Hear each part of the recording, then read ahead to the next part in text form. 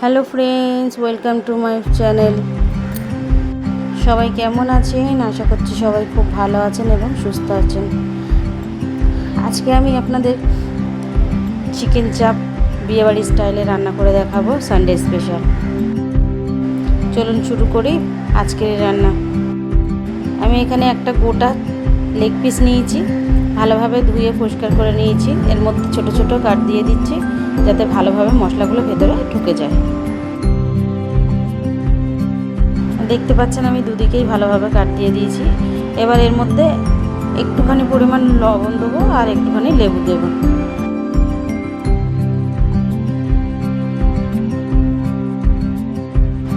এটা ভালোভাবে হাতের সাহায্যে সব দিকটা লাগিয়ে দিতে হবে যাতে চিকেনের ভেতরে নুন আর লেবুর এটা স্বাদটা ঢোকে। এটাকে 10 থেকে 15 মিনিট ম্যারিনেশন করতে হবে। এবার আমি একটা পেস্ট করে নেব, যার কারণে আমি একটুখানি পেঁয়াজ আর 3-4 রকমের বাদাম নিয়েছি। অবশ্যই এখানে যে কোনো ইচ্ছা আপনার বাদামগুলো নিতে পারেন আপনার ইচ্ছায়, তবে কাজু বাদাম আর পোস্তটা মাস্ট দেবেন, এটা যেন না মিস হয়। 2 কাঁচা লঙ্কা দিয়েছি, আপনারা আপনাদের স্বাদ অনুযায়ী দেবেন। একটু লবণ আর আরও 1 থেকে 2 চামচের মতো টক দই দিচ্ছি। এবার কড়াইয়ের মধ্যে কিছুটা সরষের তেল দিয়ে দেবো, একটু তেলটা গরম হতে দেবো।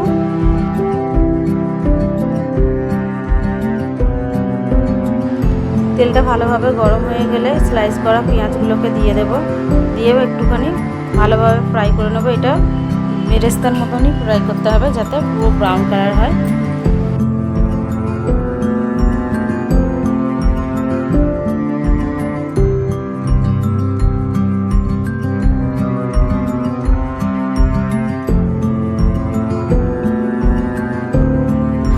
দেখতে পাচ্ছেন ভালোভাবে পেঁয়াজগুলো আমার ফ্রাই হয়ে গিয়েছে, ব্রাউন কালার। এবার আমি ওইগুলোকে তুলে অন্য জায়গায় রেখে দেবো। কড়াইয়ের মধ্যে বেশ কিছুটা তেল অ্যাড করেছি, এবার তেলটা গরম হতে দেবো।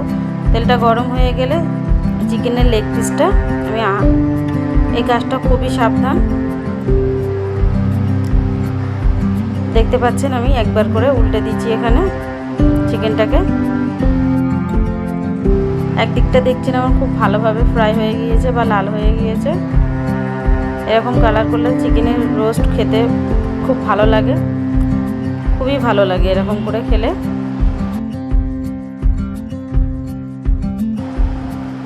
চিকেনটা আমার পুরো ফ্রাই করা হয়ে গিয়েছে। এবার ওই তেলের মধ্যে একটা তেজপাতা, একটা শুকনো লঙ্কা, 2 এলাচ আর একটুখানি দারচিনি দিয়ে ফোড়ন দিয়ে নেব। দেখতে পাচ্ছেন যে পেস্টটা তৈরি করেছিলাম ওই ফোড়নের মধ্যে দিয়ে দেব। ভালোভাবে বেশ কিছুক্ষণ নাড়ার পরে এবার আমি 1 চামচের মতো আদা রসুনের পেস্ট অ্যাড করব আর কিছুটা লবণ অ্যাড করব। মশলাটা ভালোভাবে কষানো হয়ে গেলে 1 চামচের মতো হলুদ গুঁড়ো অ্যাড করব, দিয়ে এটাকে বেশ কিছুক্ষণ ধরে ভালোভাবে নেড়ে নেব।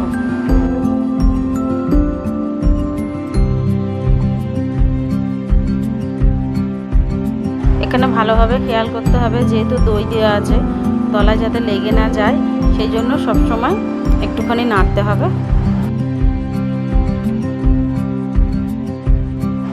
এবার এক এক করে আরও বাকি গুঁড়ো মশলাগুলো দিয়ে দেবো। প্রথমে একটুখানি জিরে মরিচ, তারপরে একটু ধনে গুঁড়ো, তারপরে 1 থেকে 1.5 চামচের মতো কাশ্মীরি লঙ্কার গুঁড়ো দেবো। এখানে আমি নর্মাল লঙ্কার গুঁড়ো ব্যবহার করিনি, কারণ কাঁচা লঙ্কা শুকনো লঙ্কা দুটোই দেওয়া আছে। একটু জল দিয়ে মশলাটাকে ভালোভাবে কষিয়ে নেব। যেহেতু আমি টক দই আর লেবু ব্যবহার করেছি, ওই জন্য আমি অল্প পরিমাণে চিনি দিচ্ছি যাতে স্বাদটা ব্যালেন্স হয়ে যায়।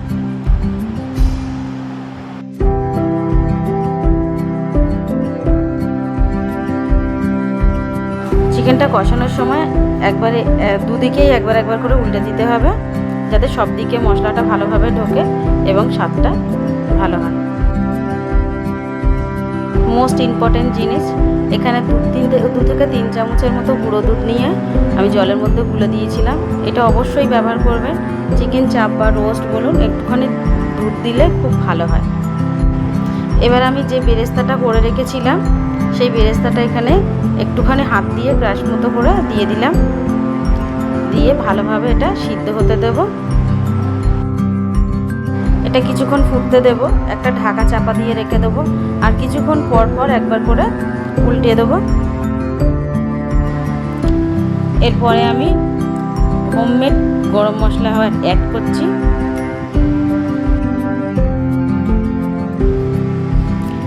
মশলাটাকে একটুখানি সব দিকে যাতে ভালোভাবে ছড়িয়ে যায় সেই জন্য আমি একটুখানি খুন্তির সাহায্যে ভালোভাবে এখানটায় নেড়ে দিচ্ছি। দেখতে পাচ্ছেন আপনারা, আশা করছি দেখে বুঝতে পাচ্ছেন জিনিসটা কতটা লোভনীয় হয়েছে। আর সত্যি কথা খেতেও খুবই ভালো লাগবে। আপনারা একবার খেয়ে দেখে আমাকে কমেন্ট করে জানাবেন।